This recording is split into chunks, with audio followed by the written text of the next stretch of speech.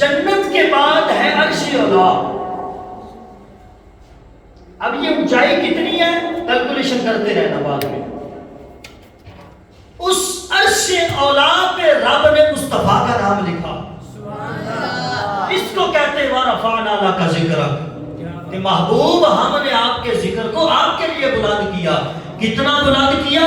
جہاں کسی کی رسائی بھی نہیں پہنچ سکتی مصطفیٰ کا نام وہاں بھی موجود ہے. تو نبی پاک علیہ السلام کے وسیلے سے حضرت آدم علیہ السلام کی توبہ قبول ہوئی. حضرت موسیٰ علیہ السلام کو ماننے والے یہودی جب بھی کسی جنگ میں جاتے تو شکست کھا کے آ جاتے. بڑے پریشان ہوئے. جب بھی جاتے ہیں جنگ میں شکست ہو جاتی ہے. وہ اپنے راہب کے پاس جو ان کا عالم تھا تورات کا اس کے پاس چلے گئے. کہا جی ہمارا کوئی حل نکالو. جب بھی جنگ پہ جاتے تو شکست کھا کے آ جاتے. وہ سارے عالم جو ہیں تورات کے اکٹھے ہو گئے. انہوں نے کہا کہ ہم مشاورت کر کے آپ کو بتائیں گے. مشاورت کرنے کے بعد انہوں نے نتیجہ یہ نکالا کہ جب بھی تم جنگ کرنے کے لیے جاؤ تو جنگ کرنے سے پہلے آخر الزمان نبی جس کا نام محمد ہے صلی اللہ علیہ وسلم اس کا وسیلہ رب کی بارگاہ میں پیش کر کے جنگ شروع کرنا. اللہ فتح عطا فرمائے گا. میرے دوستوں میرے بزرگوں سارے یہودی اکٹھے ہو گئے. جنگ کرنے کے لیے چلے گئے.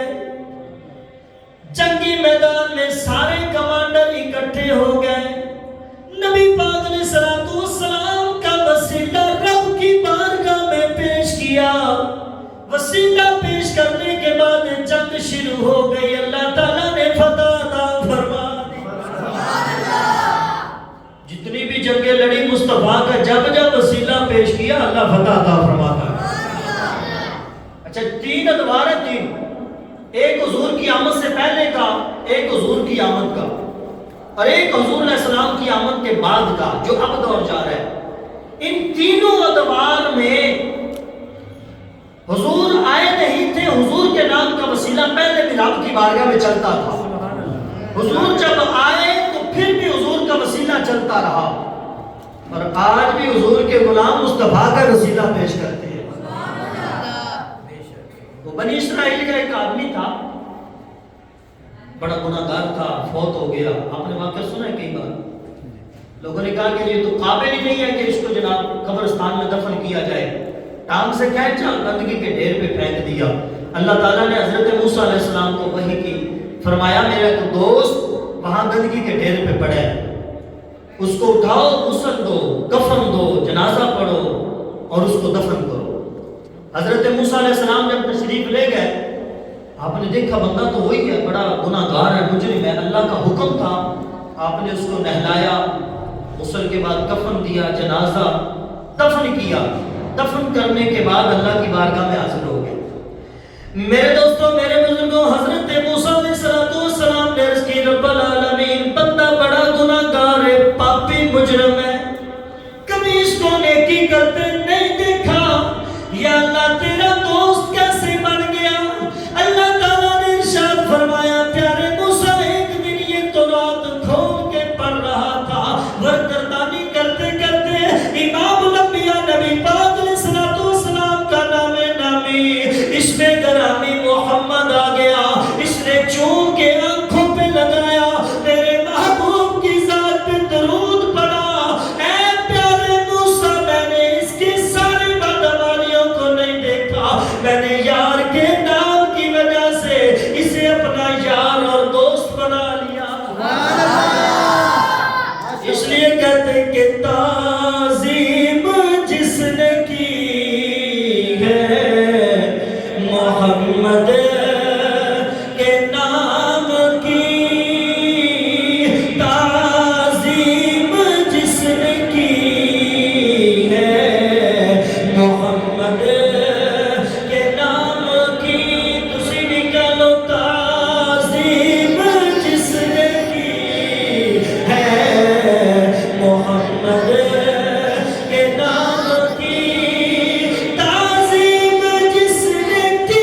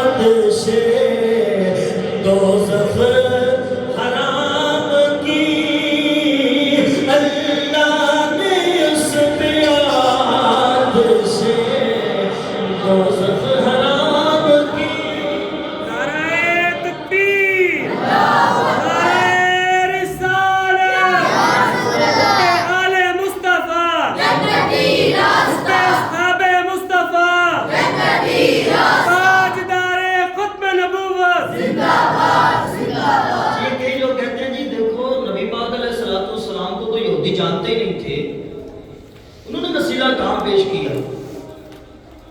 اس کا ریفرنس کیا ہے، حوالہ کیا ہے، تم دکھا سکتے ہو؟ تو چلو ہم بخاری مسلم کو ایک بار سائڈ پہ رکھتے ہیں، ہم اللہ کا قرآن پڑھتے ہیں۔ سبحان اللہ، جی سبحان اللہ تو میں نہیں پڑھتا۔ سبحان اللہ۔ اللہ تعالیٰ نے ارشاد فرمایا وَكَانُوا مِن قَبْلُ يَسْتَفْتِحُونَ عَلَى الَّذِينَ كَفَرُوا کانو ماضی کا صیغہ پاس کا وَكَانُوا مِن قَبْلُ يَسْتَفْتِحُونَ عَلَى الَّذِينَ كَفَرُوا۔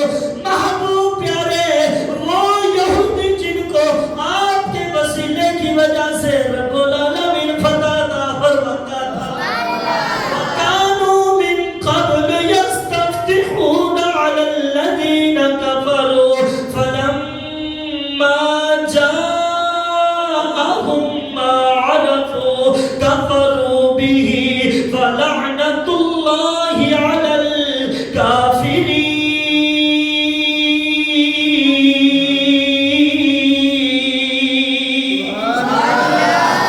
محبوب چاہیے تو یہ تھا کہ تمہارے نام کی وجہ سے ہم انہیں فتح عطا فرماتے تھے، اور جب آپ تشریف لے آئے وہ آپ کو جانتے بھی تھے کہ آپ اللہ کے نبی ہیں، پھر بھی انہوں نے آپ کا حسد کی وجہ سے کلمہ نہیں پڑھا، فَلَعْنَةُ اللَّهِ عَلَى الْكَافِرِينَ، ان کافروں پہ اللہ کی لعنت ہو۔ اچھا یہ جانتے تھے یہودی، پچھلی کتابوں میں موجود تھا کہ آخر الزمان نبی تشریف لائیں گے، ان کی نشانیاں بھی موجود تھی کتابوں کے اندر، تورات و انجیل و زبور کے اندر۔ نبی پاک علیہ السلام فجر کے بعد صبح کا وقت، پنجابی میں کہتے ہیں سوجنے کا ٹائم، نبی پاک علیہ السلام باہر نکلے نا تو ایک نوجوان بیٹھی تھی، لڑکی بیٹھی ہوئی تھی، غلامہ تھی، اور اس کے پاس آٹے کی بوری تھی۔ نبی پاک علیہ السلام نے پوچھا بیٹی کیا بات ہے، کیوں پریشان بیٹھی ہیں؟ اس نے عرض کی یا رسول اللہ مجھے سخت بخار ہے اور میرا جسم کانپ رہا ہے، آٹا بڑا وزنی ہے، اٹھایا نہیں جا رہا، بڑی مشکل سے اٹھا کے لے جا رہی ہوں، تھوڑی دور جاتی ہوں پھر بیٹھ جاتی ہوں، پھر جاتی ہوں پھر بیٹھ جاتی ہوں، اور خوف دل میں ہے کہ مالک جو ہے وہ آج بڑی سختی کرے گا۔ ایک یہودی کی کنیز ہوں اور وہ بڑا سخت بندہ ہے۔ نبی پاک علیہ السلام نے اس کا آٹا اٹھایا اور اپنے کندھے پہ رکھ لیا۔ میرے دوستوں، میرے بزرگوں، نبی پاک علیہ السلام نے اس بیٹی کا ہاتھ پکڑا، آٹا کندھے پہ رکھا، چلتے چلتے یہودی کے گھر چلے گئے۔ نبی پاک علیہ السلام نے یہودی کا دروازہ کھٹکھٹایا، یہودی باہر آ گیا، آتے ہی وہ چلان میں غصے میں آ گیا، کہنے لگا محمد میں نے کتنی بار منع کیا ہے میرے دروازے پہ نہ آیا کرو، میں نے تیرا کلمہ کوئی نہیں پڑھنا، تم پھر آ جاتا ہے۔ نبی پاک علیہ السلام نے فرمایا میں تجھے کلمہ پڑھانے نہیں آیا، میں تیری کنیز کی یہاں سفارش کرنے آیا ہوں، اس کو بڑا سخت بخار ہے، کانپ رہی ہے سردی کے ساتھ، آٹا بڑا وزنی ہے، اٹھایا نہیں جاتا، یہ بڑی بیمار ہے، بڑی کمزور ہے، بڑی نہیں پہ اس کو دیر ہو گئی، اس کو ڈانٹنا نہیں۔ یہودی کہنے لگا محمد رک جا، اندر جا کے پرانی کتاب اٹھا کے لے آیا، چیخے مار کے کہتے ہیں اوے مکے والوں اکٹھے ہو جاؤ، یا اکٹھا کر کے کہتے ہیں محمد سچ سچ بتانا رات رب کی بارگاہ میں معراج کی ہے کہ نہیں کی؟ نبی پاک علیہ السلام نے فرمایا ہاں میں نے معراج تو کی ہے، تجھے کیسے پتہ ہے؟ کہنے لگا یا رسول اللہ پہلے کلمہ پڑھا کے مسلمان کرو پھر بتاؤں گا۔ نبی پاک علیہ السلام نے فرمایا پڑھ اشہد ان لا الہ الا اللہ و اشہد ان محمدًا عبدہ و رسولہ، چیخ کے کہتا ہے مکے والوں، میرے خاندان والوں، رشتے والوں، آج میں نے مصطفیٰ کا کلمہ پڑھ لیا ہے، اس بندے کے ساتھ میرا تعلق ہے جو اس نبی کا کلمہ پڑھے گا، لوگ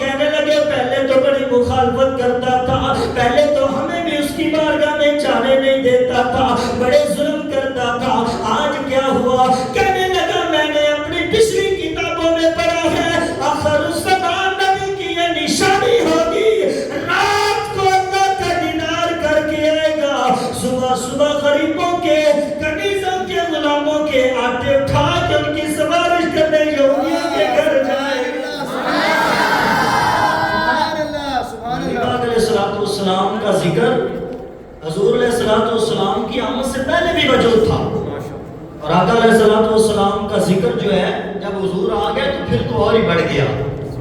وہ بچپن کا عالم تھا, کیا تسالی ہوگی, مکے میں لوگ آ گئے, مختصر کر رہا ہوں, لوگ آگے جی دعا کرو جناب ابو طالب کے گھر.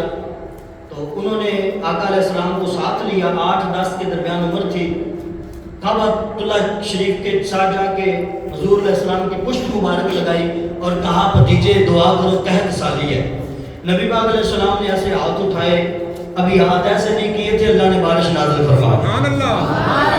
اگلی حدیث بخاری کی ہے, مسجد نبوی شریف کا منبر ہے, مدینہ المنورہ ہے. قحط سالی ہو گئی, کئی دن بارش نہیں آئی, جانور اتنے پیاسے کہ بولنا دشوار ہو گیا, بچے پیاس سے نڈال بلک رہے. نبی پاک علیہ السلام جمعے کے لیے تشریف لائے نا, خطبہ ارشاد فرمانے کے لیے. ایک دیہاتی کھڑا ہو گیا, عرض کی یا رسول اللہ, آپ بھی جانتے ہیں قحط سالی بڑی ہے, آپ دعا فرما دیں. میرے دوستوں, میرے بزرگوں, نبی پاک علیہ السلام نے نورانی نورانی شفاؤں والے, عطاؤں والے, برکتوں والے, ید اللہ والے, گورے گورے سونے سونے ہاتھ مبارک رب العالمین کی بارگاہ میں بلند کر دیے. عرض کی رب العالمین بارش عطا فرما دے. نبی پاک علیہ السلام نے ہاتھ میں اپنی ریش مبارک پہ پھیرے نہیں تھے.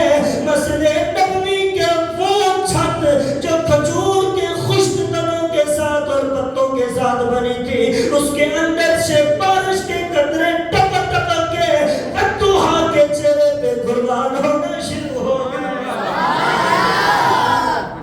لو جی, جمعے کا دن عصر تک بارش ہوئی, رکی نہیں. مغرب کا وقت ہو گیا, بارش رکی نہیں. عشاء کا وقت ہو گیا, بارش رکی نہیں. فجر کا وقت ہو گیا, ہفتے کا دن سارا بارش ہوتی رہی, رات بھی بارش ہوتی رہی. اتوار آ گیا, بارش رکی نہیں. سوموار آ گیا, بارش رکی نہیں. منگل آ گیا, بدھ آ گیا, جمعرات آ گئی, جمعے کا وقت ہو گیا. نبی پاک علیہ السلام منبر پہ جلوہ فروز ہوئے, جمعے کا خطبہ دینے لگے. بخاری کے اندر موجود ہے, وہی اعرابی یا کوئی اور کھڑا ہو گیا. عرض کی یا رسول اللہ, اب تو اتنی بارش ہو گئی ہے, جانور ڈوب رہے ہیں اور ہمارے کچے گھر گر رہے ہیں, ہماری دیواریں گر رہی ہیں, تو آپ فرمائیے اللہ بارش کو روک دے. امام الانبیاء نبی پاک علیہ السلام نے نورانی نورانی ید اللہ والے, عطاؤں والے, شفاؤں والے, برکتوں والے ہاتھ اٹھائے. ابھی ہاتھ نیچے نہیں کیے, اللہ نے بارش کو ختم فرما دیا. اجابت کا صحرا, عنایت کا جوڑا, اجابت کا صحرا, عنایت کا جوڑا, دلہن بن کے نکلی دعائیں. اجابت نے جھک کر گلے سے لگایا, اجابت نے جھک کر گلے سے لگایا. بڑی ناز سے جب دعائے محمد, نبی پاک علیہ السلام کی بارگاہ میں صحابہ نے عرض کی یا رسول اللہ, مدینے سے بارش رک جائے, ارد گرد اگرچہ ہوتی رہے. نبی پاک علیہ السلام نے عرض کی اللہم حوالینا ولا علینا, اے اللہ ارد گرد تو بارش برسے, مدینے پہ نہ برسے. نبی پاک علیہ السلام نے انگلی کے ساتھ اشارہ کیا, جیسے حضور اشارہ کرتے گئے بادل ٹوٹتا گیا. ایسے حضور نے اشارہ کیا نا, تو ایسے بادل ٹوٹتا گیا. مکے کے اوپر نا جیسے ایک سوراخ بن جاتا ہے.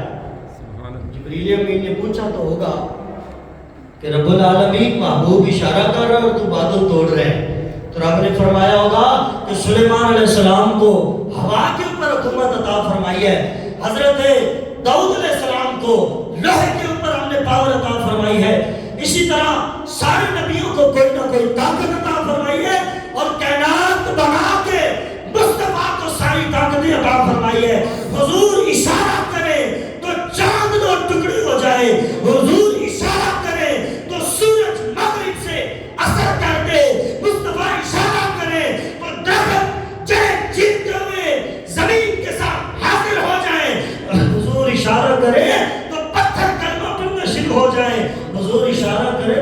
اندر ٹوٹنا شروع ہو جائے۔ اللہ نے محبوب علیہ السلام کو یہ پاور عطا کی۔ تو حضور کے صدقے سے، حضور کے وسیلے سے رب تعالیٰ عطا فرماتا تھا۔ اچھا بعض لوگ کہتے ہیں جی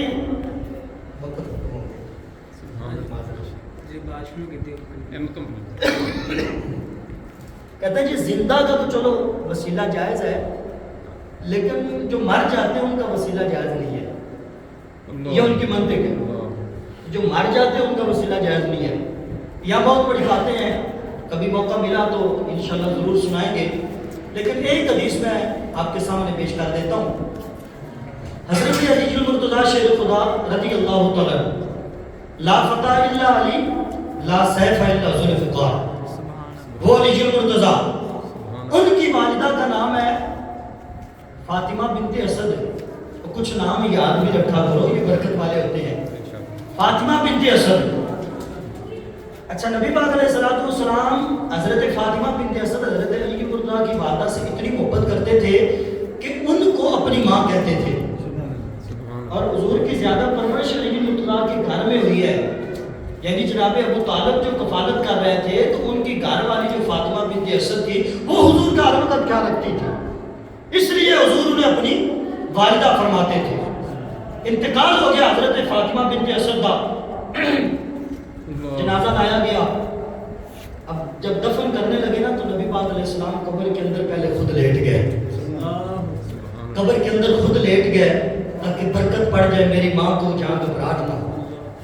قبر کے اندر حضور لیٹ گئے، پھر نبی پاک علیہ السلام باہر تشریف لائے، اور پھر نبی پاک علیہ السلام نے تدفین والا عمل کیا، اپنی ماں فاطمہ بنت اسد کو خود اتارا، خود اتار کے قبر میں رکھا۔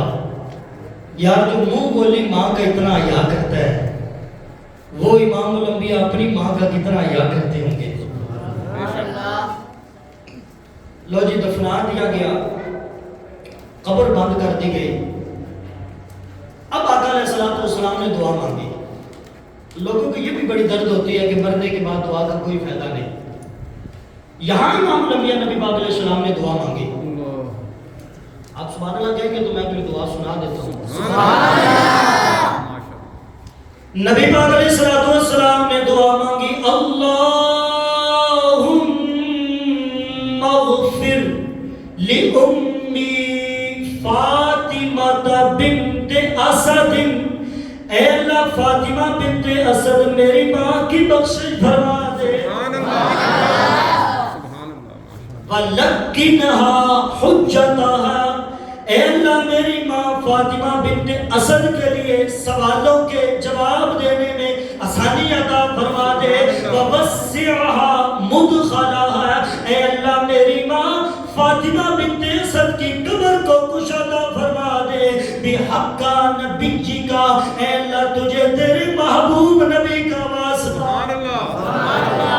اے اللہ تجھے تیرے محبوب نبی کا واسطہ، بِحَقِّ نَبِيِّكَ وَمِن قَبْلِ انبیاء الذین، اور جو پہلے مجھ سے نبی آئے ان کا واسطہ حضرت فاطمہ بنت اسد کی بخشش فرما دے۔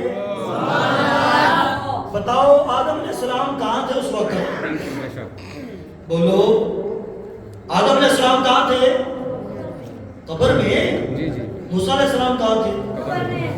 یونس علیہ السلام، شیش علیہ السلام، ابراہیم علیہ السلام، اسماعیل علیہ السلام۔ پتہ چلا جس طرح زندوں کا وسیلہ دے کے دعا مانگنا جائز ہے، اسی طرح قبر والوں کا وسیلہ دے کے بھی دعا مانگنا جائز ہے۔ اللہ بابا جی کا انتظار ہے، انہوں نے فرمایا تھا جب میں ہوں حضور کون سے بات رضی اللہ تعالیٰ آپ کی بارگاہ میں ایک بندہ آیا، ریان بھی آپ کے لیے بات ہے، 12 سال تندور پہ وہ کام کرتا ہے۔ کتنے سال؟ مختصر کر رہا ہوں۔ 12 سال کے بعد رات کے اندھیرے میں خیال آیا یار لوگ آتے ہیں غوث پاک کے در پہ چوری کرنے تو کتب بنا دیا جاتا ہے، تو میں 12 سال دا سیکا پہ چلنا تو مجھے تو کچھ بھی نہیں ملا۔ راتوں رات وہاں سے بھاگ گیا، کسی اور پیر کے آستانے پہ جاتا ہوں، اس نے کیا دینا ہے۔ اب چلتے چلتے راستے میں ایک کوئی مسافر سیدھا سا بندہ قوم کا کوئی پینڈو مل گیا. اس سے پوچھا تو کون ہے؟ جی میں بھی مسافر ہوں، اس طرف جانا ہے، میں نے بھی اس طرف جانا ہے. وہ اکٹھے چل پڑے. چلتے چلتے چلتے چلتے سفر بڑا دشوار اور لمبا تھا. باتیں ہوتی گئی. ان کو شدت کی بھوک لگ گئی. جب شدت کی بھوک لگی تو وہاں دونوں بیٹھ گئے. دور دور دیکھا، میلوں دور کہیں نہ بستی، نہ قبیلہ، نہ چشمہ، نہ کوئی لوگ، نہ کوئی قافلہ، نہ لشکر. بیٹھ کے نہ دعائیں مانگنے لگے. بھوک کی شدت میں چلا نہیں جا رہا کہ یا اللہ یا تو اسرائیل بھیج دے تو یا کھانا بھیج دے. اب یہ آپس میں وہ موت کا انتظار کر رہے ہیں. تو وہ دوسرا جو مسافر تھا، ایک تو بھاگا ہوا تھا نا درے غوث اعظم سے، دوسرا جو تھا اس نے کہا کہ یار میں نے سنا ہے کہ دعا بھی کوئی اثر رکھتی ہے. ہم اللہ کی بارگاہ میں دعا کرتے ہیں، اللہ ہماری دعا کو قبول کرے گا. اب مسافر اس بھاگے ہوئے کو کہنے لگا کہ تیرے چہرے پہ بڑا نور ہے، طمانیت ہے. اس کو تو نظر آ گئی، اس کو نہیں آئی تھی. تو دعا کر، تیری دعا میں بڑا اثر ہوگا. اس نے کہا 12 سال خدمت کی تھی نہیں دل وچ کیا ہے، مجھے تو کچھ نہیں ملا، میں تو فارغ ہوں، تو دعا کر. اب اسی بحث و مباحثے میں پڑ گیا. وہ کہ تو دعا کر، وہ کہ تو دعا کر. آخری بات بس ختم. اب جی وہ جو مسافر ہے وہ مان گیا. اس نے کہا چلو میں دعا کرتا ہوں. وہ میرے جیسا کوئی مفتی ہوتا تو بڑے لفظ چن کے اور بڑی جناب دھڑلے کے ساتھ دعا مانگتا. وہ تو ان پڑھ بیچارہ تھا، دل میں ہی دعا مانگنے لگ گیا کہ منہ سے لفظ تو ادا ہونے نہیں، ایسے کو بات نہ کرتے، یہ میرا مذاق اڑائے. دل میں دعا کی. ابھی دعا مانگ رہا تھا تو غیب سے ایک ڈش حاضر ہو گئی. 2 کھانے اس کے اندر موجود تھے. اب ڈش اس کے سامنے آئی اور وہ بھاگا ہوا جو تھا درے غوث اعظم سے، اس نے ڈش اٹھائی، سائڈ میں رکھی اور قدموں میں گر گیا. کہنے لگا مجھے مرید کر. مجھے وہاں سے کچھ نہیں ملا. دل میں کہنے لگا تو مرید کر، تیرے پاس بہت کچھ ہے. اس نے کہا واللہ میرے پاس کچھ بھی نہیں ہے، میں تو بالکل خالی ہوں، میرے پاس کچھ نہیں ہے، واللہ میرے پاس کچھ نہیں ہے. مختصر اس نے کہا پھر تیری دعا میں اتنا اثر کہاں سے آیا ہے؟ اس نے کہا میں بتا دیتا ہوں، کسی کو بتانا نہیں. وہ سیدھا سا بندہ کہنے لگا آج ممی رب نے ایک گیم پائی ہے، ممی رب نے گیم کیتی ہے. کیا گیم کی ہے؟ اس نے کہا ادھر ایک بغداد شہر ہے، وہاں ایک عبد القادر نامی کوئی اللہ کا ولی رہتا ہے. میں نے سنا ہے جو اس کے وسیلے سے مانگتا ہے رب بڑی بڑی مشکلات آسان فرما دیتا ہے، مشکلات ختم کر دیتا ہے. میں نے رب کے حضور دعا مانگی، رب العالمین جب بڑی مشکل آئے گی تو پھر تجھے عبد القادر کا وسیلہ دوں گا. اور یہ تو چھوٹی سی مشکل ہے، یہ تو 2 پھلکے چاہیے نا، اور تھوڑی سی روٹی چاہیے نا، یہ کوئی بڑی مشکل نہیں ہے. بڑی آئے گی تو عبد القادر کا وسیلہ دوں گا، لیکن چند پھلکوں کے لیے، ایک وقت کے کھانے کے لیے عبد القادر کے در پہ رہنے والے بابرچی کا تجھے وسیلہ دیتا ہوں، ہمیں روٹی عطا فرما دے. غیب سے روٹی آ جاتی ہے. اس نے روٹی پھینکی، بغداد کی طرف دوڑ لگا دی. کہا جدھر سے آیا ہوں ادھر جا رہا ہوں. جن کے ڈر کے غلاموں کا رب اتنا یاد فرماتا ہے، اس غوث اعظم کا رب کتنا یاد فرماتا ہے. اذکر اللہ اللہ اللہ اللہ اللہ اللہ اللہ اللہ اللہ. اس بات کا مقصد یہی تھا اپنے علماء کے ساتھ اور دامن کے ساتھ چمٹ کے رہو، وابستہ رہو. وہ وقت آئے گا کہ جب تمہارے وسیلے سے رب لوگوں کی مشکلیں آسان. اللہ رب العالمین ہماری آمین قبول فرمائے. جزاک اللہ.